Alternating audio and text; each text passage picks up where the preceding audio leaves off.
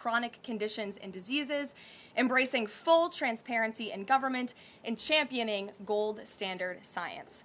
Tonight, the president will depart to New York City ahead of the 80th session of the United Nations General Assembly.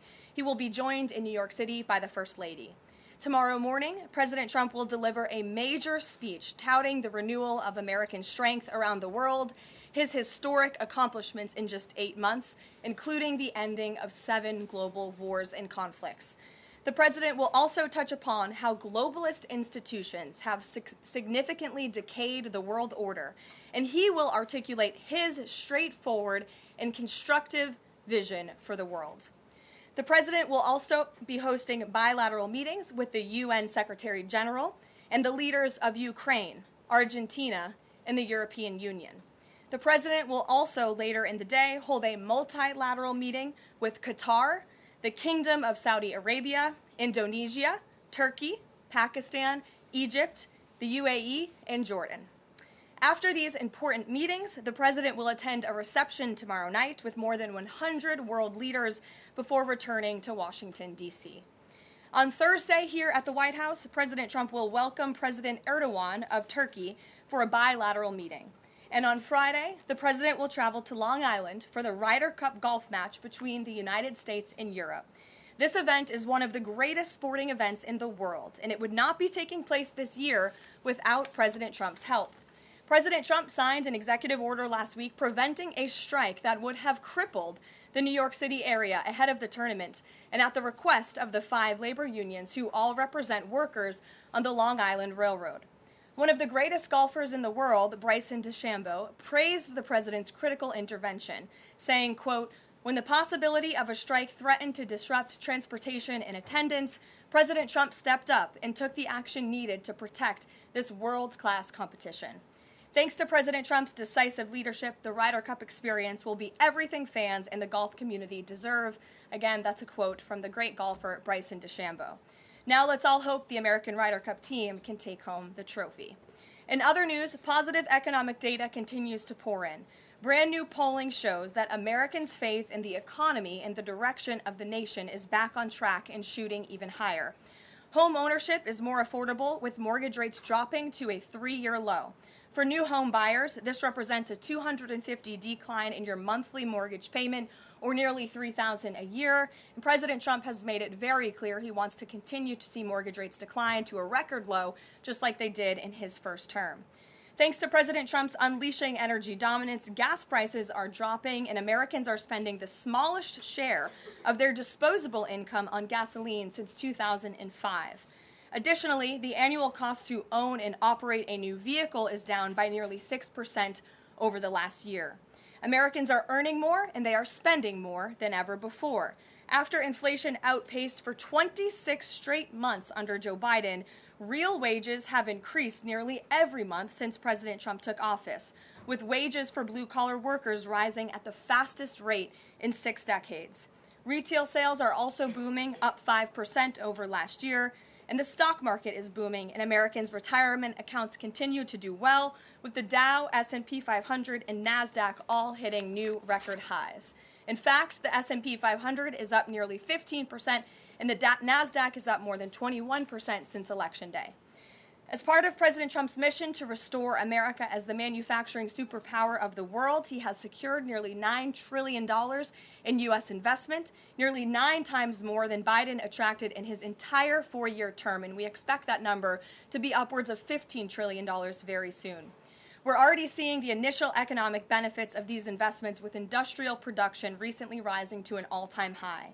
President Trump built the greatest economy in the history of the world in his first term, and we are witnessing him do it all over again. Now, before I open it up to questions, I do want to speak on the heinous political assassination of Charlie Kirk. As President Trump powerfully stated yesterday, this assassination was an attack on everything that makes the United States of America the greatest country on earth.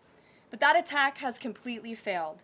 The heartwarming response from the overwhelming majority of the American people over the past 2 weeks is all of the proof that you need. The assassin who took Charlie's life can destroy flesh and blood, but he can never destroy the values that Charlie stood for. All across the country, millions of Americans have prayed, hosted vigils, attended church services, became politically engaged for the first time, and honored the legacy of Charlie and the ideals he died speaking for. The beautiful memorial service attended by President Trump and 100,000 great Americans in State Farm Stadium yesterday was just the latest example. And Erica Kirk's mercy was one of the greatest acts of grace this world has ever seen. May God continue to watch over Erica and their beautiful children. Unfortunately, there have been some jarring exceptions to this unity. This past Friday, 58 House Democrats voted no, and 38 voted present on a resolution that simply stated, condemning in the strongest possible terms the assassination of Charles James Kirk and all forms of political violence. There were no strings attached to this vote. This was a simple gesture of human decency to denounce political violence. I wish I could say that this was only a fringe group, but 96 votes is nearly half of the entire House Democrat caucus. And they didn't just vote against this basic resolution condemning political violence. A number of those same Democrats took to the House floor to smear Charlie Kirk's name. The man wasn't even buried yet, and Democrat members of Congress were denigrating his memory on the floor of the House of Representatives. This was truly a sad moment and a clear reflection of how radical the Democrat Party has become. Many Democrats in elective office have now been totally captured by a radical fringe of the far-left base who want to dehumanize every person they disagree with. We must continue to call this wickedness out. It's the only way that our nation can heal. For too long, past leaders have offered platitudes while political violence has been allowed to fester and harm innocent Americans. There has been coordinated campaigns dating back years, spearheaded by radical left-wing organizations centered on dehumanizing, intimidating, doxing, and even attacking Americans whom they disagree with. These groups have radicalized impressionable individuals to foment violence. An attempted transgender assassin traveled to Justice Brett Kavanaugh's family home with plans to end his life. An attempted assassin came within an inch of ending President Trump's life in Butler, Pennsylvania, and on the campaign trail, another attempted assassin tried to kill the president at his golf club in Florida. A left-wing assassin shot United Healthcare CEO Brian Thompson right in the back in the heart of New York City. ICE agents are facing a more than 1,000% increase in assaults for simply doing their jobs. Violent radical left-wing mobs engaged in illegal behavior, targeted Jewish Americans, and shut down America's college campuses under the previous administration. Left-wing mobs burned down Tesla dealerships out of, quote, protest of Elon Musk and his policies. In May, a left-wing activist shouting "Free Palestine" murdered 2 innocent Israeli embassy staffers outside of the D.C. Jewish Museum here in Washington. These are just a few examples, prominent examples, of the growing left-wing political violence in our country. Enough is enough, and as President Trump has promised, he will directly address the dark sources funding and supporting this domestic terrorism to finally restore order in our country. The American people can expect further, very strong action on this very soon. Everyone, Republican, Democrat, everyone in between, we all deserve to live in a country where we do not have to fear for our lives simply for stating what we believe in. With that, I will take your question. In today's new media seat, we have Monica Page, who is the White House correspondent for Turning Point USA's news organization, on the front lines. Monica, thank you for being here. We're so sorry for the loss of Charlie. I know you work for him, you were very close to him, and we appreciate your being in the new media seat and also your commitment to covering the White House. You are here every day, just like the rest of everyone in this room, so why don't you kick us off today? Thank you so much, Karoline. I don't think you realize how much it means to me to be here in this seat, especially on behalf of Turning Point USA and Frontlines. We greatly appreciate it. We also greatly appreciate the outpouring of support and just the really kind words that we heard yesterday at the memorial service. That means more to us than I don't think anybody ever knows. And even the global support that we're seeing for Charlie has been overwhelming, and it doesn't go unnoticed. So thank you so much. I have 3 questions, if I may, on the horrific murder of Charlie Kirk. Government and local officials said that Antifa inscriptions were engraved in these bullet casings that killed Charlie Kirk. It appears to be a trend, especially after what we saw in the Annunciation church shooting, Catholic church shooting. Additionally, Stephen Miller recently commented on the rise in this kind of violence, saying there is a domestic terrorist movement growing in this country. The president is designating Antifa as a domestic terrorist organization. I'm wondering, what is the approach to holding these people accountable, just to ensure that violence like this just is eradicated moving forward? Sure. Well, Antifa is going to be designated a domestic terrorist organization. The president intends to sign that executive order very soon as it's drafted, as soon as today, later this afternoon. And this is something the president campaigned on, because we have seen a rise in violence perpetuated by Antifa radical people across this country who subscribe to this group. And unfortunately, it's gone widely uncovered by many in the legacy media. It also went completely ignored by the previous administration. Not anymore. Not only, as you mentioned, were the bullet casings subscribed with Antifa mottos, if you will, in the heinous assassination of Charlie, but there have also been more examples than I could read off for you here in this briefing room today of violence from Antifa. I will just read a few. In July 2025, several members of an Antifa cell ambushed and opened fire on officers at an ICE facility in Alvarado, Texas, shooting one officer in the neck. Also in July 2025, 3 Antifa members were charged with assaulting a police officer during a violent riot outside an ICE facility in Portland, which for weeks prior had been under siege from the local Antifa terror cell. In February 2024, a transgender Antifa terrorist detonated an explosive device outside of the office of the Republican Attorney General of Alabama. In July 2023, Antifa members linked to abortionist group Jane's Revenge firebombed pro-life facilities and vandalized churches.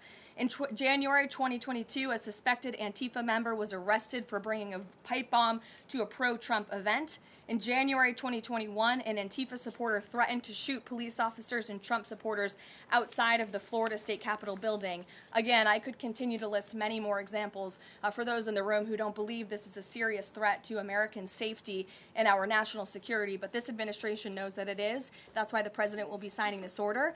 And we will also be, most importantly, looking at who is funding Antifa and who is funding these other violent left-wing groups that we've seen perpetuate so much crime and mayhem across our country. Thank you. And Charlie Kirk died exercising his First Amendment right, willingly debating, conversing with everybody and anybody. That was what he did. So what message does this White House have now to all Americans who feel like they are too afraid to express their beliefs, their values, their morals in the wake of such horrific violence? I think the president has answered this, and I will leave it to his response, Monica, where he so beautifully said, we have to keep fighting. We have to keep speaking up. We have to keep speaking our mind. I know that's what Charlie would want us to do, and we have a right to free speech in this country. The president supports it. It is protected by our beautiful Constitution, and Americans should not cower in fear. They should rise up in courage to continue speaking the truth. And to end on a lighter note, Karoline, sure. I'd love to know what your favorite memory of Charlie is. Sure. Charlie was a great guy, and he was, of course, a very influential person in the conservative movement, in the MAGA movement. He was so helpful to the president during the campaign and to all of us who worked on that campaign, that historic campaign.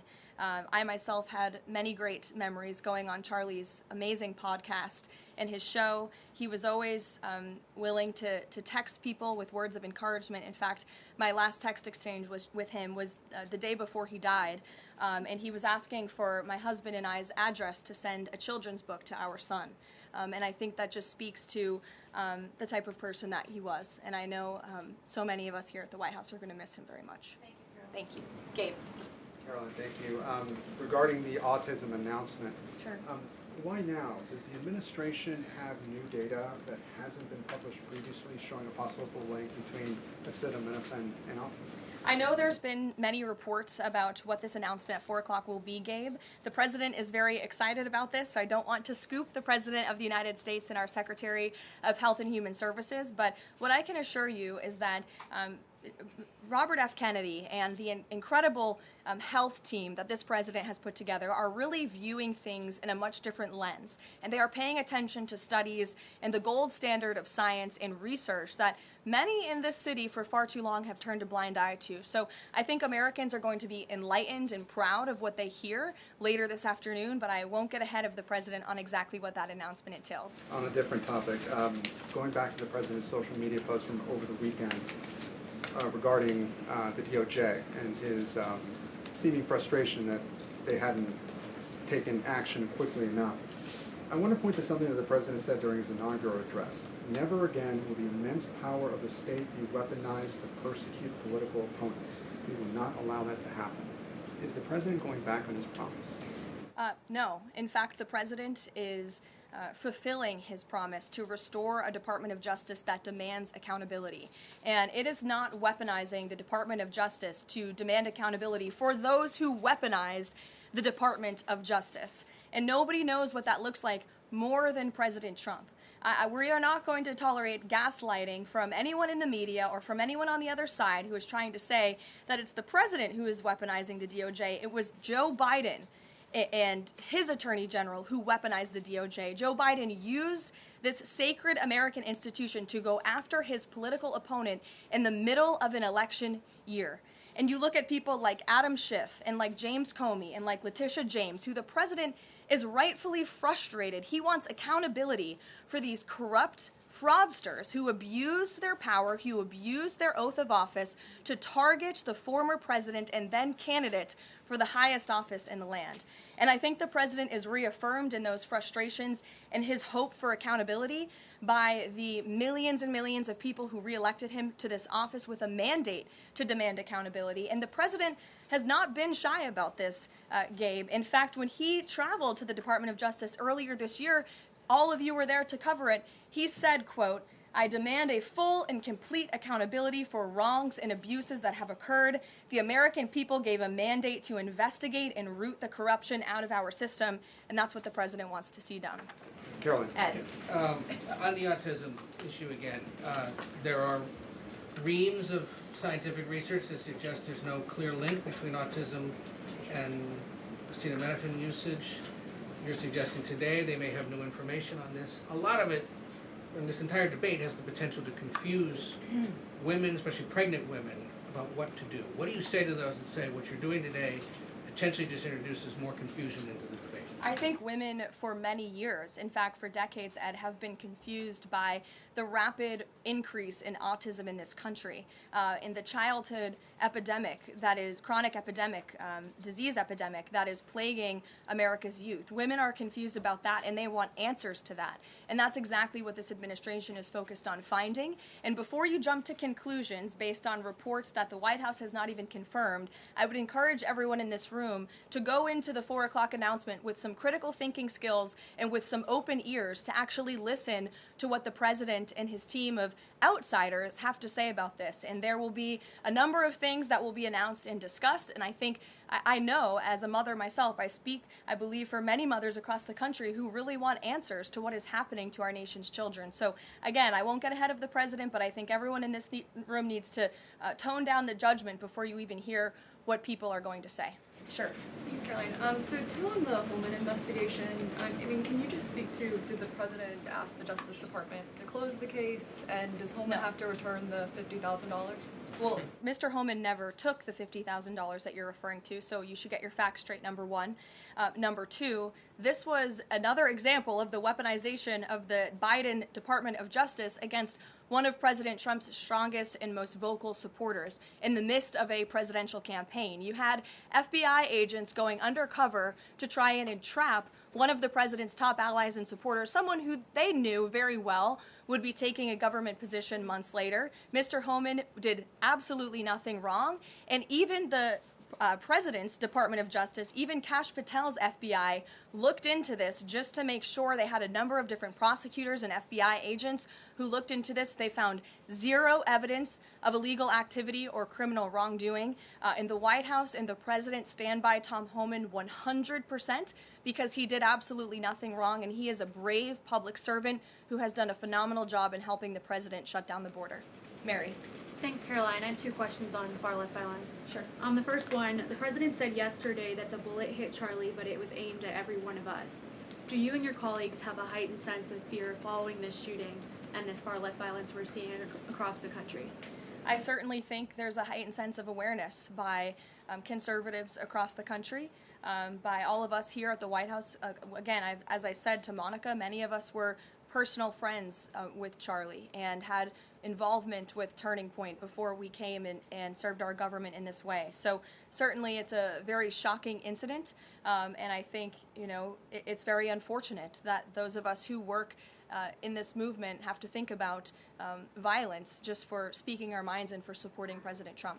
And as a follow-up on that, I asked the president last night on Air Force One about this pattern of transgender violence we're seeing. Charlie's killer lived with his boyfriend who identifies as transgender, and then we had the Annunciation shooting, the Covenant shooting, all of these incidents. The president said that we're looking into transgender violence. Does that mean the FBI is looking into it? And can you give any more clarity on how the administration is viewing this uptick in specifically transgender violence? It's definitely something worth looking into, and I think anyone who denies that at this point is being willfully ignorant. And the administration is taking it seriously, all causes of violence, and why these people would be driven to such evil and such hatred.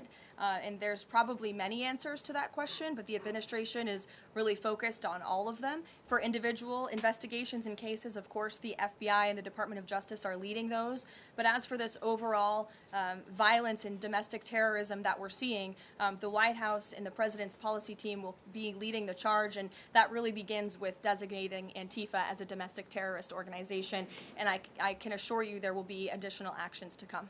Sure, in the pink. Thanks, Caroline. Liz Landers with PBS NewsHour. I just wanted to follow up quickly on something that the president had said yesterday. So we heard from Kirk. She said she forgives the man who shot and killed her husband. And then right after that, we heard from the president who said, I hate my opponent and I don't want the best for them. How does that square with bringing down the temperature of political violence in this country? And then, if I could, I had a follow-up on Venezuela, too. Look, the president is authentically himself. I think that's why millions of Americans across the country love him and support him, including Kirk, who you saw so beautifully was on stage with the president in an unthinkable moment, in the midst of an unthinkable tragedy, and was leaning on the president for support during that time. And he was there to give it to her, as well as the vice president and many other top-ranking cabinet officials. Kayla. Thanks, Caroline. On TikTok, the deal. How much is the deal? And if you can't give an exact number to how much the deal is, when can we expect to learn how much the deal is being valued at? And then separately, who are the members involved in the deal? Like, can you share any more details there? So I don't have a specific number for you, nor am I going to confirm the specific individuals and entities in the deal, Kayla, but I do have several details I'm happy to run through for all of you, and the president will be signing the deal, the official deal, later this week at some point. Under the terms of this deal, TikTok will be owned by a majority of American investors and controlled by a board of directors with extensive national security and cybersecurity credentials. In partnership with the U.S. government, Oracle will serve as TikTok's trusted security provider, and they will independently monitor the safety and data security of all U.S. user data on TikTok's platform. Americans' data will be stored securely in the United States without access from China. All U.S. user data will be stored on servers operated by Oracle in the United States, protected from surveillance or interference by foreign adversaries. And the algorithm, I know this is a question many of you have had, will be secured, retrained, and operated in the United States outside of ByteDance's control. And TikTok will remain globally interoperable, meaning TikTok users in the U.S. will be able to see videos posted by users in other countries and vice versa. While I don't have a number on the specific deal, we do expect that thanks to the president's leadership and the securement of this historic deal, businesses using TikTok will generate as much as $178 billion in economic activity within the U.S.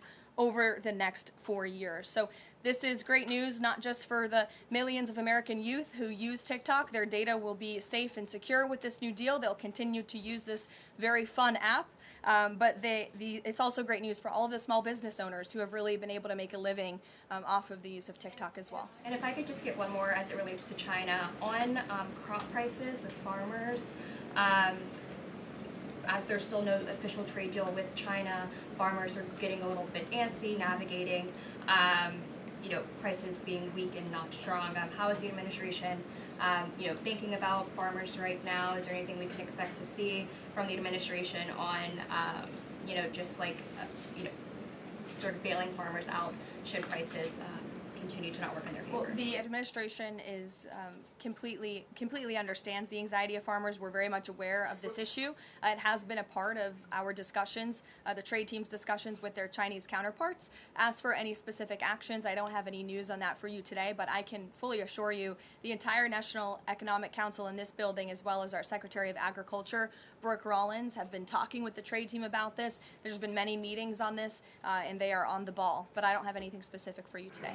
Sure, Selena. Thanks, Caroline. But the case against Letitia James was extensively investigated for 5 months, and President Trump's handpicked Attorney General Eric Siebert could not find any evidence that he committed a crime. So is the president saying here it doesn't matter if there's a crime, he just wants his political enemies to be charged? Well, let me just walk you through Letitia James. Letitia James completely abused her oath of office. Letitia James was actively and openly engaged in lawfare. You talk about weaponizing the Department of Justice. What was Letitia James's campaign slogan? It was prosecute Donald Trump. She was saying she was going to prosecute Donald Trump before she even knew if Donald Trump committed a crime, which of course we did not. Those are not the words of a serious prosecutor. Those are the words of a corrupt politician who is abusing their power. She actively campaigned on that. She also led the witch hunt, the financial fraud investigation against President Trump and the Trump Organization, and an appeals court tossed that case out, a $500 million civil fraud penalty in August, which was another win for the president and exonerated him of this witch hunt and showed that this is an individual who is corrupt and abused her oath of office. And we also have evidence of her mortgage fraud. An April report from a white-collar fraud investigator found that there was documented evidence that James engaged in a consistent pattern of financial and property disclosures that raise serious legal questions. But why won't the president accept the conclusions of his Justice Department to not bring charges against Letitia James? In fact, you had Bondi and Blanche top DOJ leadership who were against ousting Eric Siebert, who again was picked by President Trump. I just answered that question for you, and the president has every right to express how he feels about these people who literally campaigned on trying to put him in jail, who literally tried to ruin his life and ruin his businesses, and he wants to see accountability for those who abuse their office and abuse their power. And Letitia James absolutely did that, whether you want to admit it or not. Is that not Jeff. retribution, though?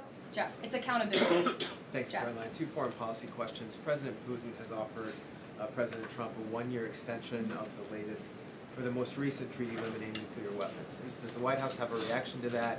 Does the president want to accept that offer? And then one separate issue, just generally, what is the president's response or reaction to the number of countries this week who are planning to or have recognized a Palestinian state? 2 great questions, Jeff. To your first question about Russia, the president is aware of this offer extended by President Putin, and I'll let him comment on it later. I think it sounds pretty good, but he wants to make some comments on that himself, and I will let him do that. As for all of these Western nations that are recognizing a Palestinian state, the president has been very clear. He disagrees with this decision. He spoke about that in the UK, standing right next to his friend, Prime Minister Starmer, and he feels this does not do anything to release the hostages, which is the primary goal right now in Gaza, does nothing to end this conflict and bring this war to a close. And frankly, he believes it's a reward to Hamas. So he believes these decisions are just more talk and not enough action from some of our friends and allies. And I think you'll hear him talk about that tomorrow at the UN. Kristen. Thanks, Caroline. Just going back to this Letitia James story. What does President Trump plan to do if the Attorney General, Pam Bondi, tells him that there is not enough evidence to bring his political opponents' cases or to charge those cases? That's a hypothetical question, Kristen. That hasn't happened at this point. But we did see one U.S. attorney not be able to find enough evidence, and now they no longer have a job. Is that something that you would consider? Look, the president stands with Pam Bondi 100%. He made that clear this weekend. He answered questions from all of you last night on Air Force One. He said the same, and that's how he feels at this moment in time. Just one more thing on the Attorney General Go with ahead. Pam Bondi.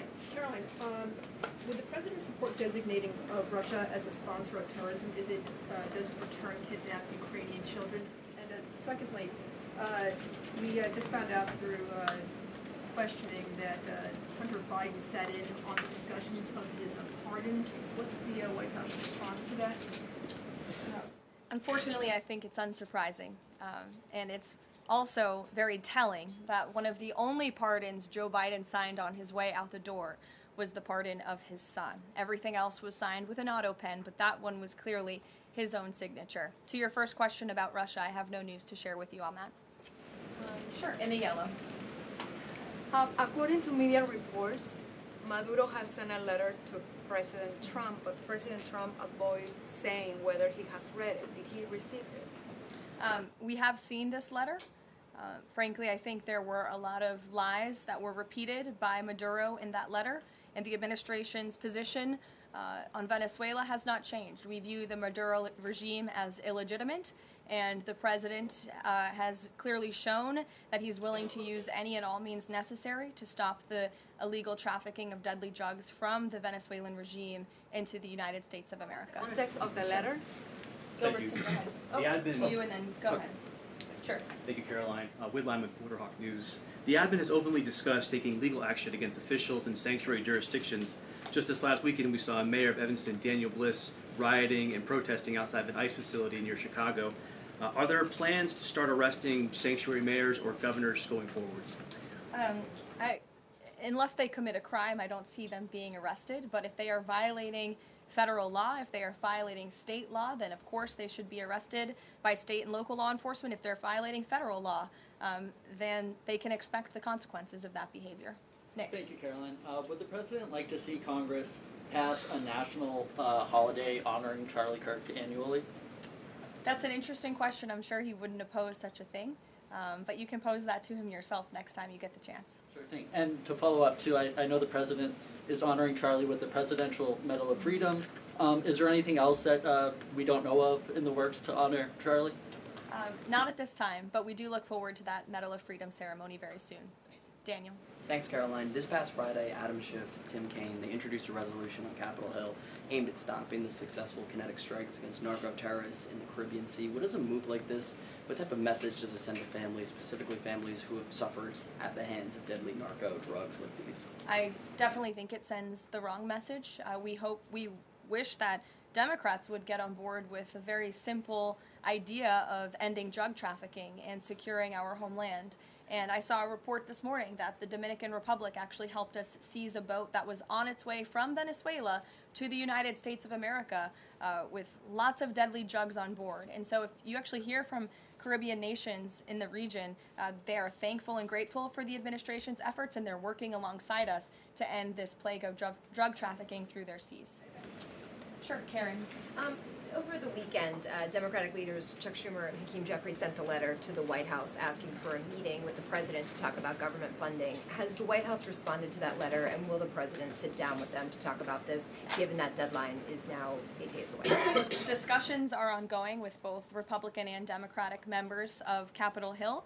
I don't have any meetings or any scheduling updates for you today, but what I will share is that what this White House wants and what Republicans want. We want a clean funding extension to keep the government open. That's all we're advocating for, a simple, clean budget extension, a straightforward, responsible solution to keep the government open to November 21st and allow the full year appropriations process to move forward. And I will add, this is the same budget that the Democrats approved 6 months ago, just adjusted for inflation. And unfortunately, all of a sudden now, they want to shut down the government. And if the government is shut down, it's only going to, it will be the fault of the Democrats, and it will only hurt the most vulnerable in our country, our seniors, our veterans, our military families, and increasing security for members of Congress, which is something this White House and the administration supports. And if you look back at the statements made by Chuck Schumer and Hakeem Jeffries in the past, they too have advocated against a shutdown and for keeping the government open. Democrat Chuck Schumer himself said a shutdown would mean chaos and pain and needless heartache for the American people. He said once, avoiding a shutdown is very good news for the country, for our veterans, for parents and children, for farmers, and for small businesses. Hakeem Jeffries also said it's about the harm. Families will be hurt if there is a government shutdown. Farmers will be hurt. Holiday travel will be impacted. Democrats clearly know what the right thing to do is here. It's to join with Republicans to pass this clean funding extension. That's what the White House and the president wants. And with that, we will see you all at 4 o'clock for this big announcement later on. Thanks, guys. Yes. Go.